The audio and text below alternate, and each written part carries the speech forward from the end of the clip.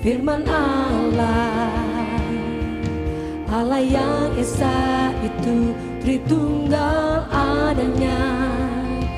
Yesuslah yang mati bangkit naik ke surga, adalah juru selamat pengantara kita dan raja segala raja. Manusia berdosa harus bertobat dan beriman agar diampuni, dibenarkan dan dilahirkan baru, lalu dibaptis secara selam dan hidup suci. Bahasa roh adalah tanda awal baptisan Roh Kudus. Gereja melakukan perjamuan kudus dan meyakini kesembuhan ilahi. Tuhan Yesus akan datang kembali. Ada kebanggaan tubuh, kerajaan 1000 tahun, hukuman kekal dan hidup kekal. Silakan duduk, nikmati hadirat Tuhan lebih dalam lagi. Terima kasih Tuhan Yesus yang baik. Terima kasih ya Roh Kudus. Shalom, kami menyambut saudara sekalian dan juga bagi Anda yang baru pertama kali bergabung dalam ibadah online GBI Bethel. Kami berharap saudara sekalian dalam keadaan yang sehat dan dalam lindungan Tuhan. Bagi yang baru pertama kali bergabung dan juga bagi Anda yang rindu untuk didoakan dan dilayani, dapat mengirimkan komen pada kolom chat. Sebelum kita mengikuti ibadah ini, mari kita berdoa. Tuhan Yesus, terima kasih atas hari ini kami boleh diberi kesempatan untuk mengikuti ibadah Tuhan walaupun online Tuhan. Kami percaya Tuhan, Engkau yang mengurapi Tuhan, Engkau yang memberkati ibadah kami Tuhan dari awal sampai akhir. Di dalam nama Tuhan Yesus kami berdoa dan mengucap syukur. Haleluya, amin. Selamat beribadah, Tuhan Yesus memberkati.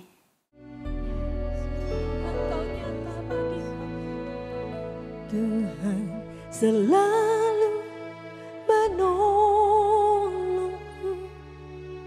wow, selalu menjagaku, sehelai di rambutku tak akan terjatuh tanpa seizinmu.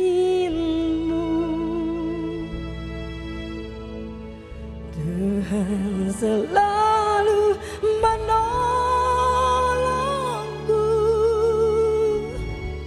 selalu menjagaku.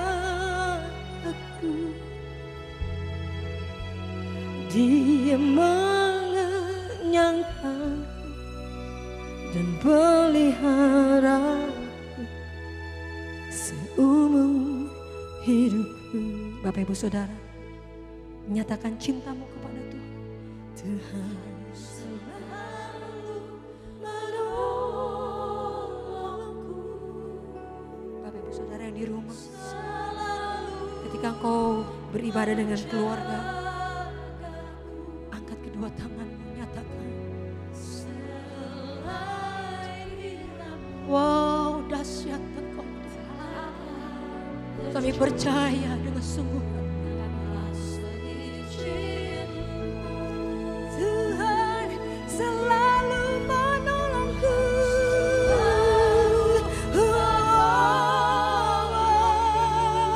Kami percaya Yesus selalu menjaga.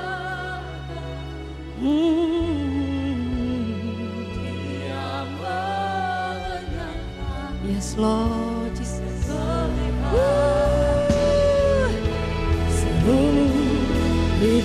Boleh berikan tepuk tangan yang meriah buat Tuhan kita Yesus.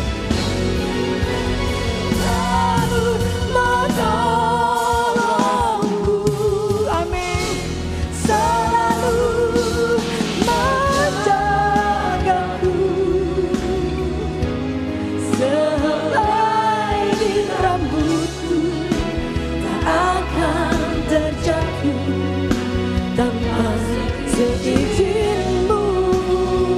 Kami mau akui Yesus, kami percaya Yesus,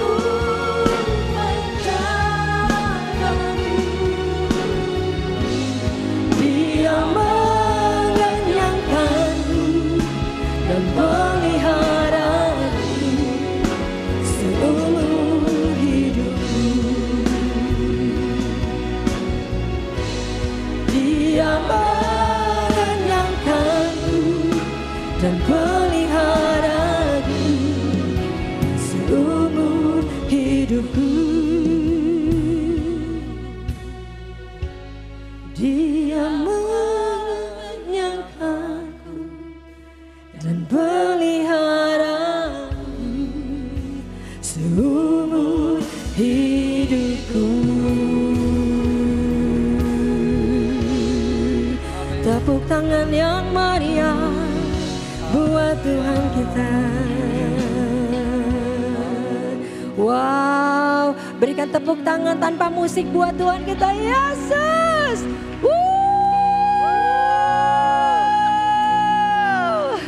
Engkau Tuhan yang kami percaya di dalam nama Tuhan Yesus Kristus.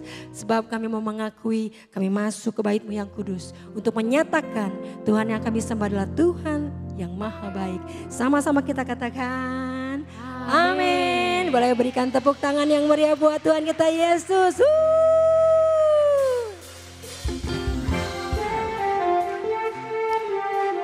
Wow.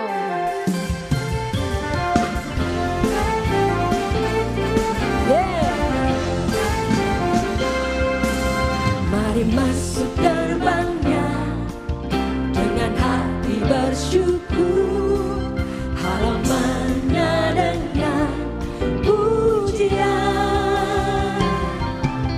penuhi baitnya dengan nyanyian syukur, hadiratnya penuh sukacita. Mari masuk gerbangnya dengan hati bersyukur, halamannya dengan pujian,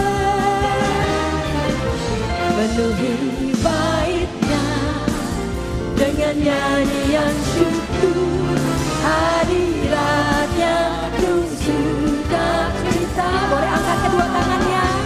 Sebab Tuhan Ia baik dan anugerahnya kekal selama-lamanya. Amin. Sebab Tuhan Ia baik dan anugerahnya kekal selama-lamanya. Amin. Engkau dahsyat Tuhan Yesus. Terima kasih Tuhan Yesus yang baik. Sama-sama katakan. Mari masuk gerbangnya dengan hati bersyukur, halamannya dengan pujian,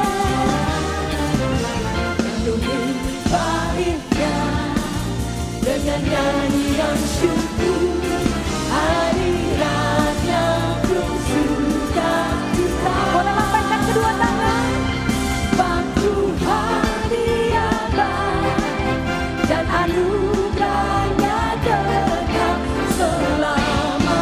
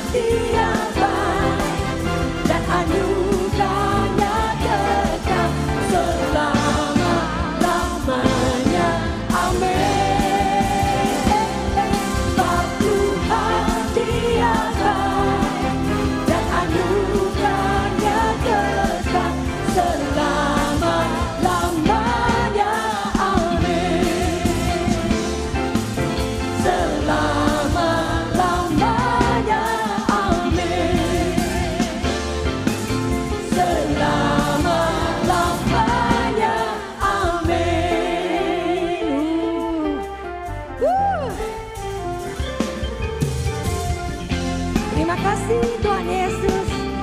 Semua untuk Engkau Tuhan. Selamanya amin. Berikan tepuk tangan yang panjang buat Tuhan kita Yesus.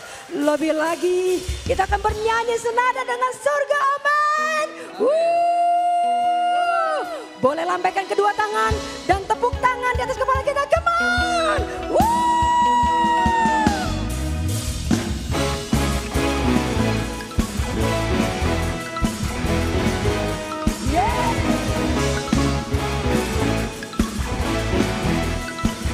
Sama-sama katakan, Tuhan Engkau hadir, kuasanya mengalir, melawat setiap hati kami.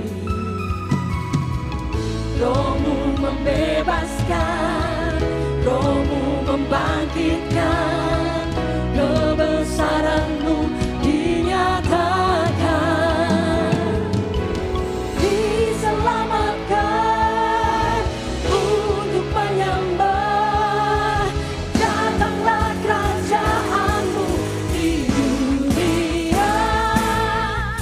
Di hadapan tatamu, seluruh jiwa menyatu, nyanyikan pujian senada dengan surga. Kami datang bersatu, sebab puji nama-Mu, semesta bersuka senada dengan surga.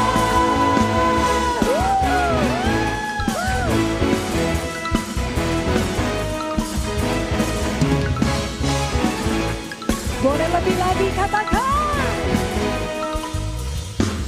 Tuhan Engkau hadir, kuasanya mengalir, melawat setiap hati kami. Roh-Mu membebaskan, Roh-Mu membangkitkan, kebesaran-Mu dinyatakan.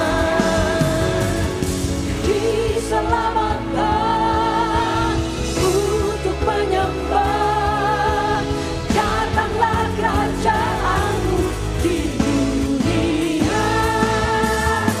Di hadapan tatamu, seluruh jiwa menyatu, nyanyikan pujian senada dengan surga.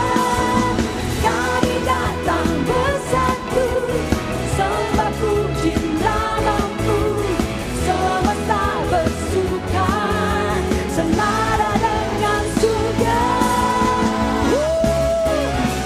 Yang percaya Tuhan Yesus menopang hidup kita, katakan yeay. Katakan boleh lambaikan kedua tangan kita.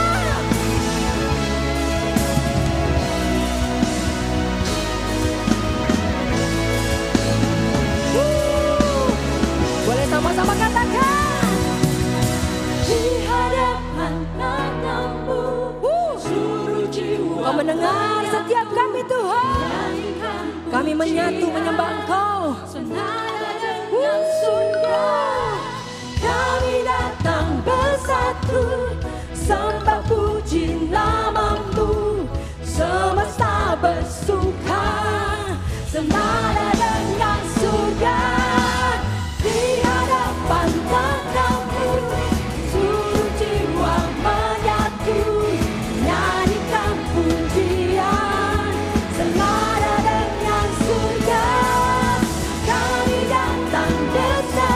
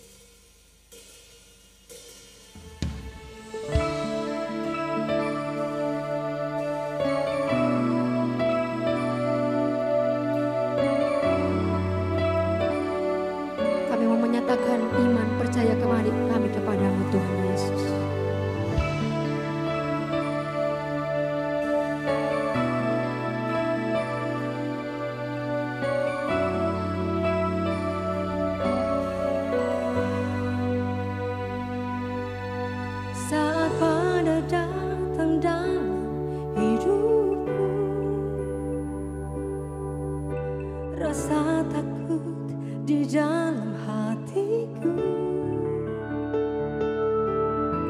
Ku tak dapat rasakan hadirmu. Ku merasa kau jauh dariku. Firman-Mu hadir meyakinkanku. Yesus, Engkau selalu besertaku. Kau buktikan hadir-Mu selalu. Ku percaya Kau selalu topangku. Yesus, Engkau setia di dalam hidupku. Engkau bersamaku di segala musimku. Yesus, Engkau setia di sepanjang hidupku. Ku kan menyembah-Mu untuk selamanya.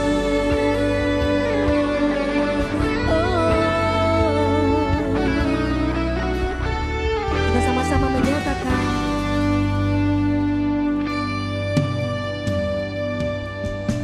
firman-Mu hadir meyakinkanku. Yesus, Engkau selalu besertaku. Kau buktikan hadir-Mu selalu. Ku percaya Kau selalu topangku. Yesus, Engkau setia di dalam hidupku. Engkau bersamaku di segala musimku. Yesus, Engkau setia di sepanjang hidupku. Ku kan menyembah-Mu untuk selamanya.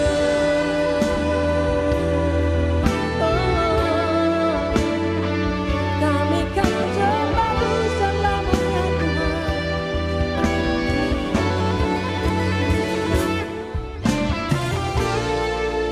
Kita sama-sama bangkit berdiri. Kembali kita mengangkat kedua tangan kita tinggi di hadapan Tuhan. Sebagai tanda kami berserah kepada-Mu, Tuhan. Pemeliharaan tangan kami terangkat kepada-Mu, Yesus. Izinkan kami terus berfokus kepada-Mu, Tuhan. Memandang janji-Mu. Dan akan kami percaya, Tuhan Yesus, untuk selamanya kasih setia-Mu bagi setiap kami.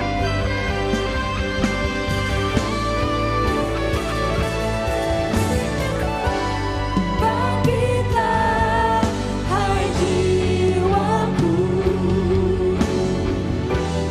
Tuhan selalu besertaku.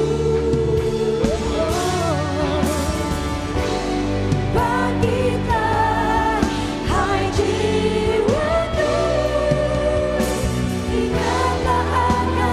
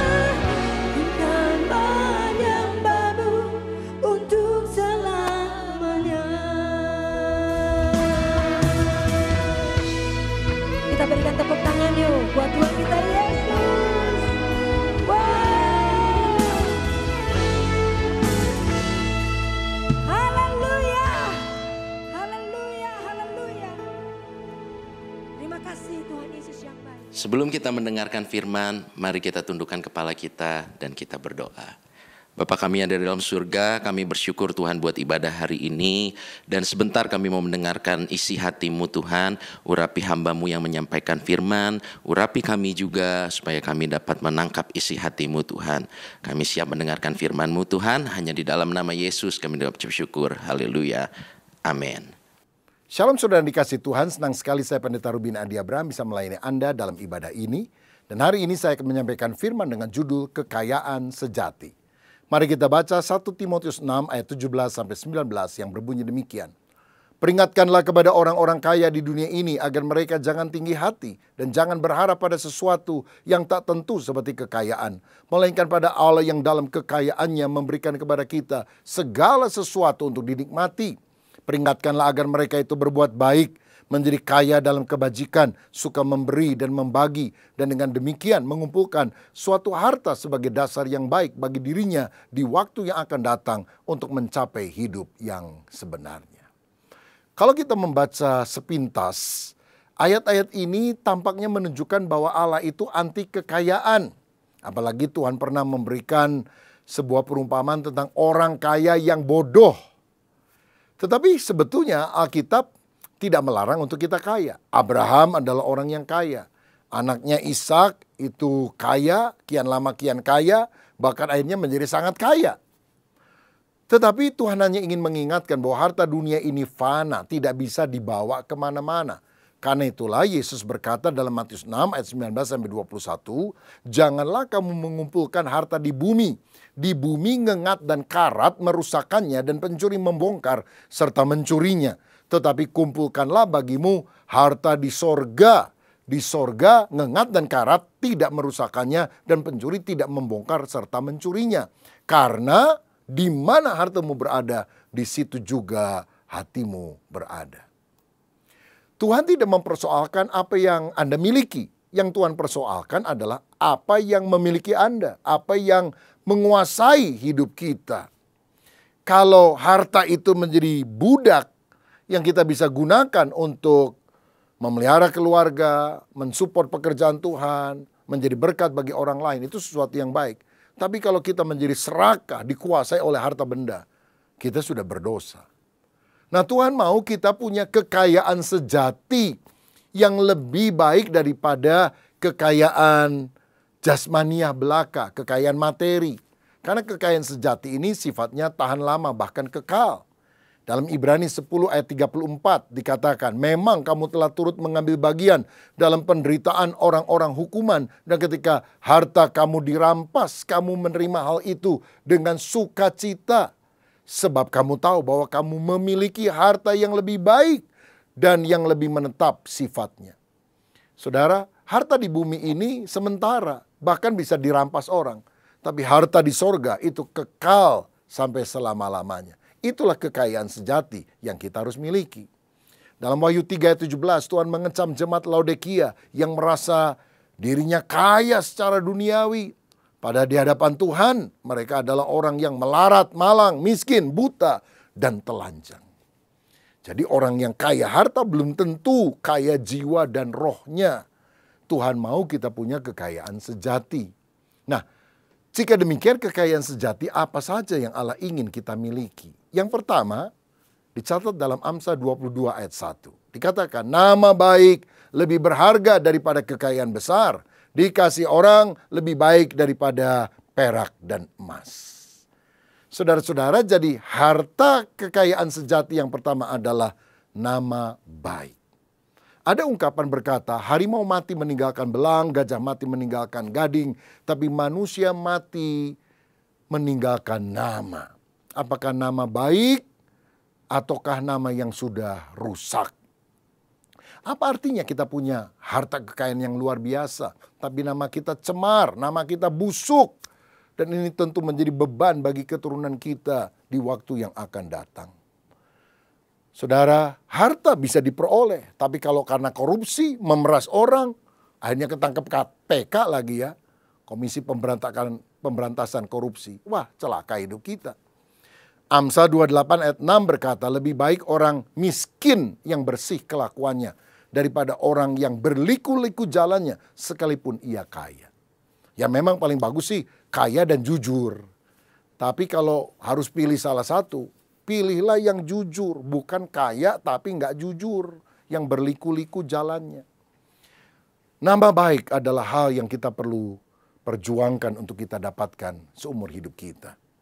Sebab orang yang sungguh-sungguh kaya adalah orang yang kaya di hadapan Tuhan, dipuji oleh Tuhan karena sifat yang berkenan kepadanya.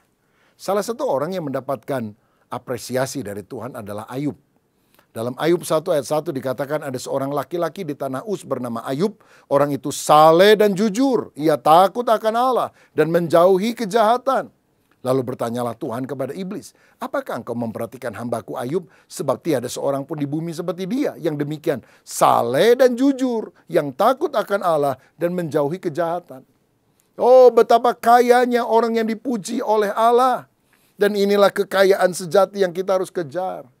Saleh artinya taat beribadah dan tercermin dalam hidup sehari-hari yang baik. Jangan di gereja alim, di luar gereja lalim. Di gereja saleh, di luar gereja salah. Di gereja berdoa, di luar gereja berdosa. Tapi mari kita benar-benar beribadah dengan rajin dan menjadi orang yang berkenan kepada Tuhan. Kita juga harus hidup jujur, artinya tulus, lurus hati, tidak curang. Tidak suka nipu orang, bisa dipercaya, tidak suka bohong-bohong. Ada ungkapan berkata, sekali lancung ke ujian, seumur hidup tidak dipercaya. Artinya, kalau kita ketahuan curang, maka seumur hidup reputasi kita akan habis. Jangan kita jadi orang Kristen kalau di gereja nyanyi, angkat tangan, puji Tuhan dengan penuh perasaan. Tapi kalau lagi dagang, nipu orang juga dengan penuh perasaan. Ini namanya tidak jujur, saudara-saudara. Ya, kita ini harus beda dari orang yang tidak mengenal Tuhan, dari orang yang tidak percaya. Saudara tahu orang bule sama orang Indonesia kan ada bedanya. Kalau orang bule masuk restoran, dia lihat menu yang sebelah kiri, apa yang dijual. Ya, capcay, puyung hai, barongsai. Orang Indonesia lihat yang sebelah kanan. Mana yang paling murah, itu yang dia pesan. Kalau orang bule lagi naik taksi, yang dia lihat pemandangan di luar. Orang Indonesia kalau naik taksi, yang dilihat adalah argometernya, saudara. Wah, argonya jalan terus. Nah, itu bedanya. Nah, sekarang apa bedanya kita dengan orang yang tidak mengenal Tuhan? Kita harus jadi orang yang jujur, punya integritas. Kita juga harus hidup takut akan Allah. Artinya menghormati Tuhan.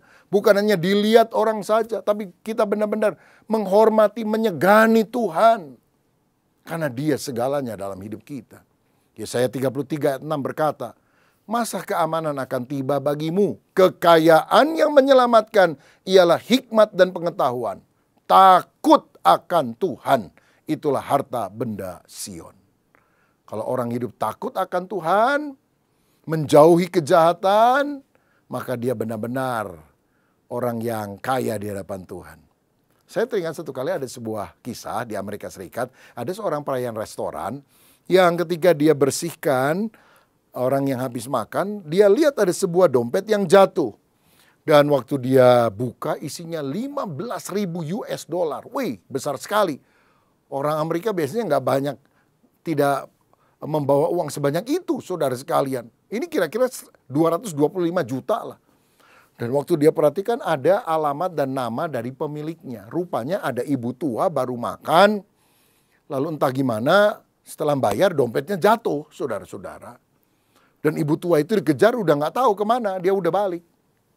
Maka sehabis restoran itu tutup, pegawai ini naik kendaraan umum mencari di mana tempat tinggal ibu tersebut. Rupanya cukup jauh sehingga dia harus mengeluarkan cukup banyak biaya untuk transportasi. Dan ketika dia ketuk pintu itu, muncul wajah ibu yang tadi makan di restoran tempat dia kerja. Wajahnya masih panik begitu, saudara. Lalu dia bilang, ibu kehilangan dompet ya. Oh iya, kok kamu tahu? Jatuh di restoran tempat ibu tadi makan siang. Ini, lihat. Jumlahnya masih utuh, semuanya tidak ada yang kurang. Begitu dihitung 15.000 US dollar. Senang sekali saudara sekalian. Dan dia kasih tip untuk orang ini $5 doang, saudara. Untuk ongkos transport aja nggak cukup. Tapi pegawai ini bilang, oh ya ini memang milik ibu. Jadi nggak apa-apa, ibu nggak kasih tip juga, saya akan tetap kembalikan. Tapi rupanya ibu itu kemudian besoknya menceritakan kepada tetangganya, seorang wartawan koran, yang kemudian memasukkan kisah ini di dalam korannya, mencantumkan nama daripada pegawai itu dan juga alamat dan nama restorannya. Dalam beberapa hari kemudian restoran itu ramai sekali, saudara. Karena apa? Orang-orang ingin ketemu dengan karyawan yang jujur ini. Dan beberapa orang bahkan dari berbagai kota di Amerika Serikat mengirim surat yang di dalamnya juga ada cek yang bisa dicairkan. Malah beberapa gadis menulis surat ingin melamar menjadi pasangan hidup daripada orang yang jujur ini. Orang yang punya nama baik, orang yang punya reputasi yang dipertahankan, orang yang berkenan kepada Tuhan akan diangkat oleh Tuhan karena dia punya kekayaan sejati.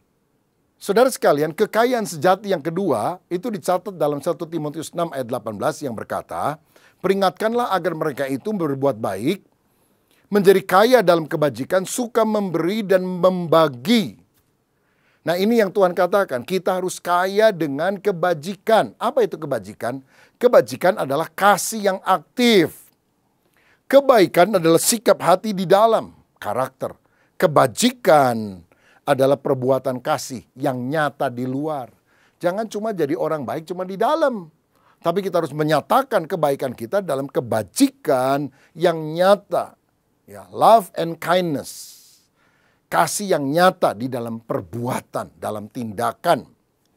Kalau saudara lihat ada orang kelaparan dan saudara bilang, aduh kasihan ya. Kasihan. Saya rasa cecek lebih hebat dari kita karena dia bisa berdecak lebih nyaring. Apalagi kalau ada orang minta makan ke rumah kita dan dibilang, aduh papa, ibu saya lapar, udah seharian gak makan. Lalu saudara masuk ke rumah saudara, ke dalam kamar, bawa Alkitab yang segede buku besar itu. Lalu buka Matius 4 ayat 4. Manusia tidak hidup dari roti saja, tapi dari setiap firman yang keluar dari mulut Allah. Pingsan tuh orang, saudara. Karena yang paling bagus kita lakukan adalah silakan masuk Pak, makan di meja makan. Silakan makan apa saja, termasuk sendok, piring, dan garpunya kalau mau. Dan orang itu akan mendapatkan pertolongan yang real, yang nyata. Nah saudara, itulah kebajikan yang kita harus lakukan. Di dalam keluarga kita juga harus banyak melakukan kebajikan yang tidak bisa dinilai dengan uang. Tapi itu adalah pertanda kasih yang luar biasa. Saya ingat satu kali ada sepasang suami istri ingin merayakan hari ulang tahun pernikahan mereka yang ke-5. Mereka orang sederhana, saudara, tidak terlalu banyak uang. Dan kemudian si suami pikir, hadiah apa ya aku akan berikan kepada istriku pada hari ulang tahun pernikahan kami yang ke-5. Dan dia ingat istrinya itu rambutnya panjang, suka digulung, dikasih jepitan dari plastik. Oh, alangkah bagusnya kalau aku belikan sebuah tusuk konde dari emas. Sehingga rambut yang indah itu juga ada emas di rambut tersebut. Saudara-saudara, sementara itu istrinya di rumah juga berpikir, aku harus memberikan hadiah yang terbaik bagi suamiku. Tapi apa ya yang harus aku lakukan? Oh ya, suamiku itu punya arloji, pemberian dari orang tuanya, dari emas. Tapi nggak ada rantainya sehingga dia selalu taruh di sakunya. Kalau mau lihat dia keluarkan. Oh bagaimana kalau aku berikan rantai arloji dari emas. Aku sudah menabung, mudah-mudahan cukup.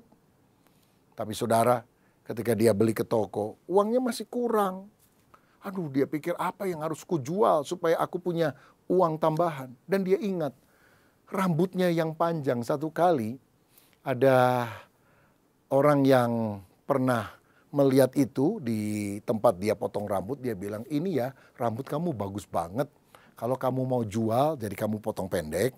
Nanti dijual saya akan bayar supaya itu jadi konde ibu-ibu gitu. Saudara, akhirnya dengan berat hati terpaksa dia memotong rambutnya. Tapi dia pikir nggak apa-apa deh, ini demi hadiah bagi suamiku. Jadi akhirnya dia bisa beli rantai arloji dari emas. Hadiah untuk suaminya. Dan ketika mereka sore hari tiba di rumah, kagetlah si suami. Loh, rambutmu kenapa pendek? Aku sudah membelikan tusuk konde dari emas sebagai hadiah bagi kamu di hari ulang tahun pernikahan kita. Kemana rambut kamu? Kenapa kamu potong?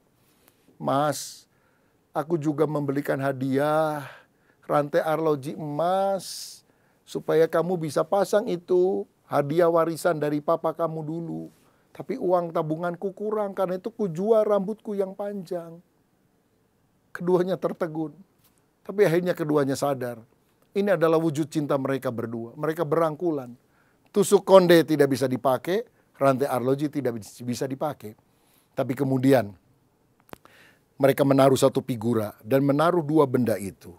Tusuk konde dan rantai arloji. Dan ada tulisan di bawahnya. Ini adalah prasasti cinta kita berdua. Wow, luar biasa. Itulah kebajikan, kindness yang tidak bisa dibalas dengan harta berapapun. Saudara, nyatakan cintamu di dalam wujud memberi oleh-oleh kepada pasanganmu. Kalau dia suka makanan tertentu, sebelum pulang kantor mampirlah beli makanan itu ya. Nggak usah yang gede-gede kalau mau kasih hadiah. Nih, Mam, kaleng kerupuk untuk kamu. Lah buat apa? Ya, kecil aja, berlian. Wah, itu luar biasa, saudara. Ibu-ibu pasti mau. Nah, jadi kekayaan kebajikan itu sesuatu yang kita harus miliki. Saya tahu keselamatan itu cuma-cuma karena kita beriman kepada Yesus. Tapi setiap orang yang sudah diselamatkan harus memiliki perbuatan iman yang akan mendatangkan pahala berupa mahkota yang Tuhan akan berikan kepada kita. Ada satu kali orang mimpi, saudara. Dia naik ke sorga dan lihat ada orang nyanyi. Hei, hei, hei, lihat saya pakai mahkota. Mahkota dari sorga, karena rajin bekerja. Kerja untuk Tuhan dengan hati tulus dapat mahkota. Dia jadi malu, dia masuk sorga dalam mimpinya itu, tapi kepalanya gundul. Selamat sih karena beriman kepada Yesus, tapi tidak pernah melayani juga tidak tulus, tidak benar-benar mengasihi Tuhan dan berbakti dan memberikan yang terbaik untuk Tuhan. Selamat karena anugerah, tapi gundul. Masa dia nyanyi, hei, hei, hei, lihat saya, si gundul masuk sorga. Saudara ingat bahwa keselamatan adalah anugerah. Tapi setelah itu kita harus berbuat baik sesuai dengan iman kita, sehingga ada pahala mahkota yang Tuhan berikan. Saya pernah mengunjungi beberapa desa di Kalimantan, di Sumatera, di pulau-pulau yang lain. Dan saya melihat ada gedung gereja yang dibangunkan cukup bagus dan asri di daerah pedalaman itu. Padahal lingkungan sekitarnya rumahnya sangat sederhana. Lalu saya tanya kepada pendetanya, ini uang dari mana kok Anda bisa bangun gedung gereja yang cukup bagus walaupun kecil? Dia bilang ada pengusaha dari Jakarta namanya Pak Anu yang memberi persembahan, jadi kami bangun. Lalu waktu saya pergi itu di Kalimantan, waktu saya ke Sumatera, saya juga dengar pendeta di Sumatera bilang, ada pengusaha Jakarta namanya Pak Anu yang memberikan uang untuk kami membangun gereja. Kebetulan namanya yang disebutkan sama. Saya pikir ya kebetulan aja namanya sama. Tapi ternyata saya pergi ke tempat yang lain, pulau yang lain, saya juga dengar nama itu disebutkan. Jadi saya berkesimpulan, ini bukan cuma namanya yang sama, orangnya yang sama. Dan satu kali saya pernah berjumpa dengan orang ini di Jakarta dan saya bilang, Pak, nama Anda sudah disebutkan dan didoakan oleh banyak orang di desa-desa karena Anda yang mensupport pembangunan gereja mereka. Dia bilang, iya Pak Pendeta, saya ini pengusaha, dulu sakit hampir mati. Tapi untunglah Tuhan sembuhkan saya. Saya sadar sejak itu saya belum bikin apa-apa untuk Tuhan. Makanya saya membangunkan gereja sebanyak-banyaknya di seluruh Indonesia. Saudara-saudara, dia bilang saya nggak bisa apa-apa, tapi ini yang aku bisa lakukan untuk pelayanan. Bukankah itu adalah perbuatan iman yang ketika dilakukan dengan hati tulus dalam kebajikan akan mendapatkan pahala daripada Tuhan. Mari kita belajar untuk tidak hidup bagi diri sendiri tetapi bermurah hati seperti jemaat di Makedonia yang miskin. Tapi dalam 2 Korintus 8 ayat 2, Paulus memuji jemaat ini. Dikatakan selagi dicobai dengan berat dalam pelbagai penderitaan sukacita mereka meluap. Dan meskipun mereka sangat miskin namun mereka kaya dalam kemurahan. Apa wujudnya? Mereka mengumpulkan persembahan untuk mensupport jemaat Tuhan yang sedang menderita di Yerusalem. Mereka miskin harta, tapi mereka kaya dalam kemurahan. Saudara, karena itu mari kita jadi orang yang gak serakah, yang hidup bagi diri sendiri. Orang kalau lagi miskin nanyanya gini ya, apa makan ya saya hari ini? Kalau udah diberkati, makan apa ya saya hari ini? Makin diberkati, makan di mana ya saya hari ini? Tambah kaya raya, makan siapa ya aku hari ini? Wih, tambah serakah saudara-saudara. Tapi mari kita punya kemurahan hati. Hidup melimpah dengan ucapan syukur. Limpah itu bukan berarti punya mobil 5, punya rumah 10. Enggak. Limpah itu artinya merasa cukup dengan berkat Tuhan dan bisa memberi kepada orang lain. Cukup sampai takarannya. Lalu waktu luber, itu adalah pemberian kita kepada orang lain. Mari kita tidak jadi orang Kristen yang pelit. Yang doanya begini, Tuhan pakailah hidupku, asal jangan uangku. Kuserahkan segalanya, tapi dompetku pegang sendiri. Martin Luther berkata, bertobat itu pertama membuka hati, yang kedua membuka dompet. Karena di mana hartamu berada, di situ juga hatimu berada. Kenapa banyak orang Kristen sudah ke gereja, katanya percaya Yesus, tapi ternyata dia pelit. Rupanya waktu dia dibaptis, dompetnya dia titipkan sama orang lain. Jadi dompetnya belum dibaptis, saudara. Barangkali saya perlu usulkan ya, kalau lain waktu ada yang dibaptis, baptis sama dompetnya begitu. Supaya dia juga bertobat dan suka memberi. Galatia 6 ayat 9 dan 10 berkata, janganlah kita jemu-jemu berbuat baik, karena apabila sudah datang waktunya, kita akan menuai jika kita tidak menjadi lemah. Karena itu, selama masih ada kesempatan bagi kita, marilah kita berbuat baik kepada semua orang, tetapi terutama kepada kawan-kawan kita seiman. Mari kita belajar memberkati orang yang berkekurangan. Ada seorang kaya raya konglomerat dari Amerika Serikat pada zamannya, namanya Rockefeller. Kayanya luar biasa. Tapi waktu dia berusia 55 tahun, sakit kanker usus. Dokter bilang 3 bulan mati. Wah, dia panik, saudara. Dia pikir, saya belum berbuat banyak. Harta saya yang banyak ini buat apa? Lalu dia mulai menyumbang untuk misi, untuk pembangunan gereja, untuk sekolah, untuk panti asuhan, untuk berbagai kegiatan. 3 bulan masih hidup. 3 tahun masih hidup. Dia baru mati 33 tahun kemudian pada usia 88 tahun. Ya kalau udah 88 udah waktunya lah. Kenapa dia sakit? Pelit, saudara-saudara. Kenapa dia sembuh? Ini seperti pohon yang mau ditebang oleh Tuhan. Tapi kemudian yang mengolah pohon itu bilang, Tuhan gimana kalau kasih waktu setahun aja. Kalau belum berbuah nanti tahun depan saya tebang. 3 bulan mulai berbuah. 5 bulan, 1 tahun berbuah. Dia suka menolong, membagi berkat untuk orang lain. Tuhan bilang, kasih perpanjangan hidup. Sampai 33 tahun kemudian. Mungkin ceritanya seperti itu di belakang layar, saudara. Tapi intinya, mari kita kaya dengan kemurahan. Hidup kita tidak boleh untuk diri sendiri, tapi menjadi berkat bagi orang lain. Dan yang ketiga, yang terakhir, kekayaan sejati. Dalam Yakobus 2 ayat 5 dikatakan, dengarkanlah hai saudara-saudara yang kukasihi, bukankah Allah memilih orang-orang yang dianggap miskin oleh dunia ini untuk menjadi kaya dalam iman dan menjadi ahli waris kerajaan yang telah dijanjikannya kepada barang siapa yang mengasihi Dia.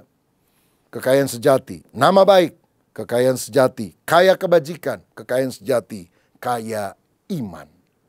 Orang yang sungguh beriman kepada Tuhan adalah orang yang kaya. Dia punya kekayaan batin untuk mengatasi masalah kehidupannya. Ada artis Hollywood dulu terkenal namanya Marilyn Monroe. Ada aktor dari Hong Kong terkenal namanya Bruce Lee. Hebat, kaya, mati bunuh diri. Kenapa? Batinnya miskin. Tuhan mau kita punya kekayaan batin. Bukan dengan kekayaan uang, materi, tapi kaya iman. Apa gunanya seorang memperoleh seluruh dunia, tapi jiwanya binasa?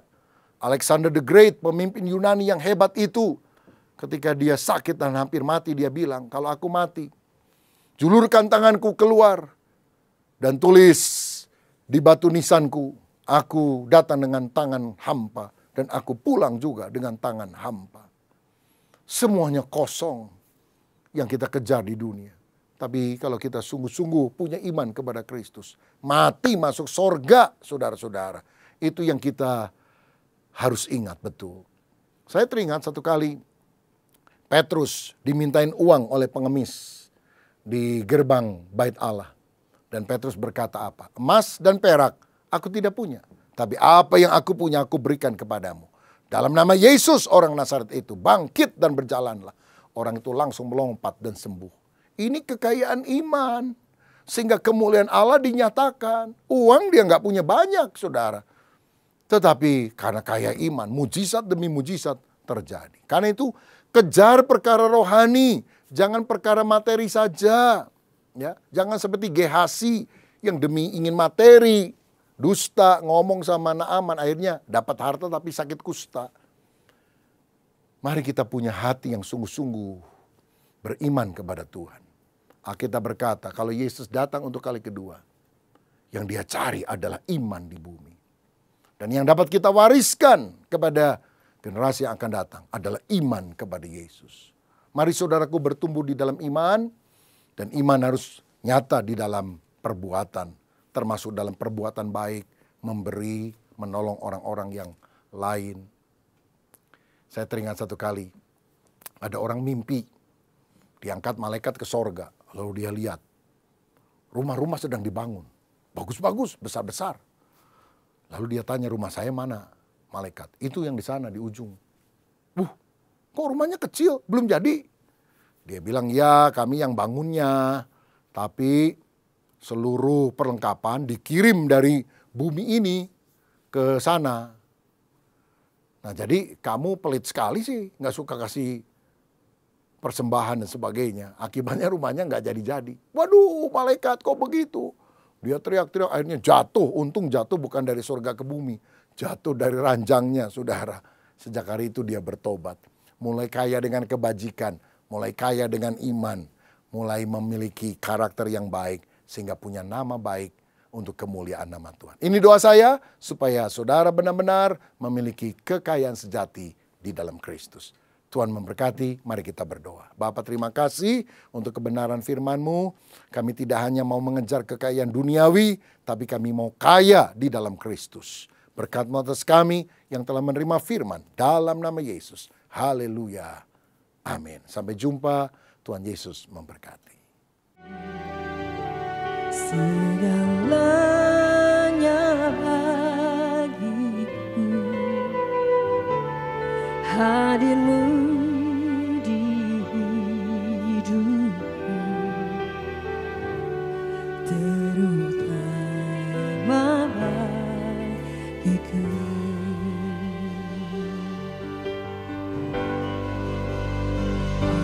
Anugerah-Mu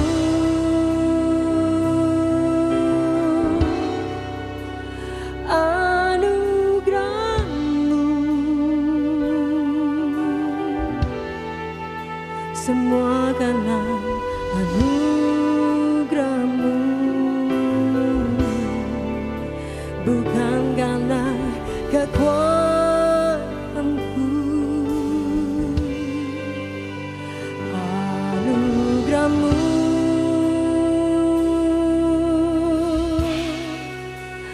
anugerah-Mu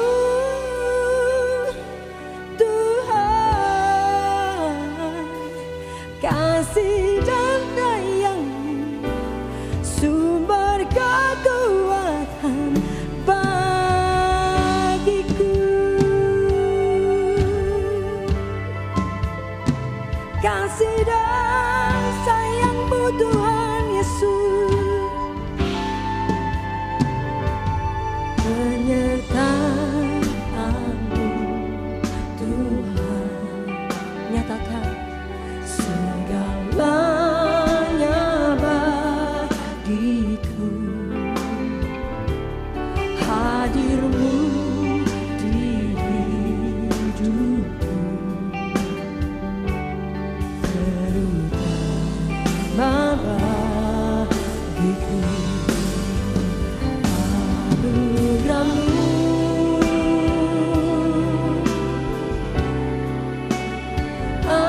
anugerah-Mu, semua karena anugerah-Mu.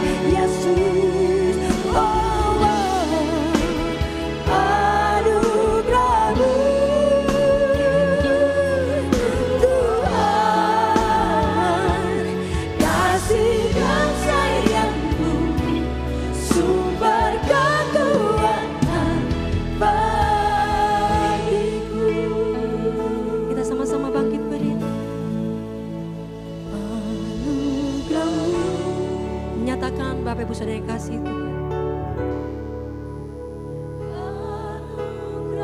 Kita angkat kedua tangan kita tinggi di hadapan Tuhan. Sebagai tanda penyerahan hidup kita seutuhnya. Segala pikiran, segala perasaan kami Tuhan. Kiranya hanya Engkau yang ada di dalam hidup kami. Bapak Ibu Saudara yang di rumah, sama-sama mengangkat kedua tanganmu. Menyatakan hidup ini adalah anugerah dan kesempatan.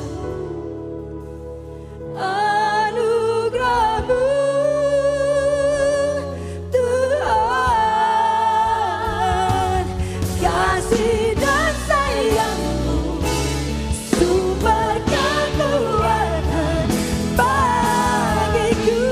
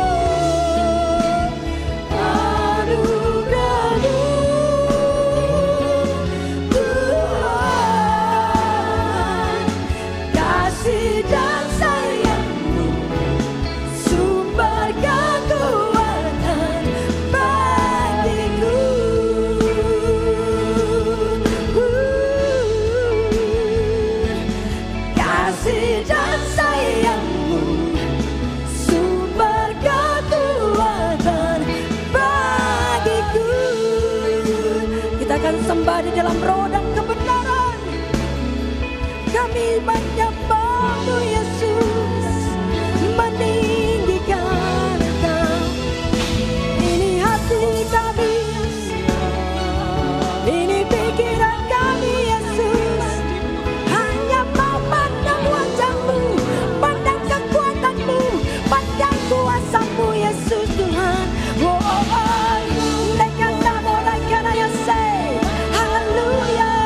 Kebangkitan terjadi, pemulihan terjadi, kesembuhan terjadi Tuhan di dalam kuasa-Mu.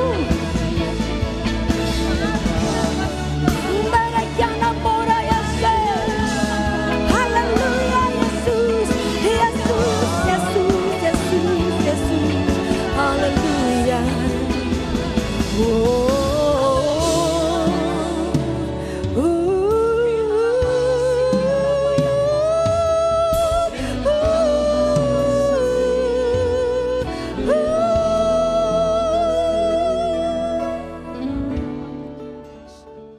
Bapak, Ibu, dan Saudara, mari kita akhiri ibadah kita dengan berdoa bersama-sama. Kami menaikkan syukur Bapa Surgawi, Engkau baik, bahkan sangat baik bagi kami. Engkau mengerti apa yang kami perlukan dan butuhkan. Engkau yang akan terus menuntun kami, menolong kami, dan setia mendampingi setiap kami. Ajarkan kepada kami yang memiliki berbagai macam kelemahan ini juga untuk tetap setia kepada Tuhan, taat kepada Tuhan, mengandalkan Tuhan di dalam kehidupan kami. Dan biarlah Tuhan, pada akhir ibadah kami ini, kami diberkati oleh Tuhan. Kami menengadahkan tangan kami, dan turunlah atas kami sekalian sekarang berkat dari Allah Bapa Surgawi, kasih sayang dan karunia dari Tuhan kami Yesus Kristus, persekutuan dan pengurapan yang baru dari Roh Kudus, berkat Allah Tritunggal yang kami terima dalam nama Tuhan Yesus Kristus. Semua kita yang percaya dan diberkati Tuhan, mari katakan, amin. Sampai berjumpa pada kesempatan yang akan datang. Tuhan memberkati Anda sekalian.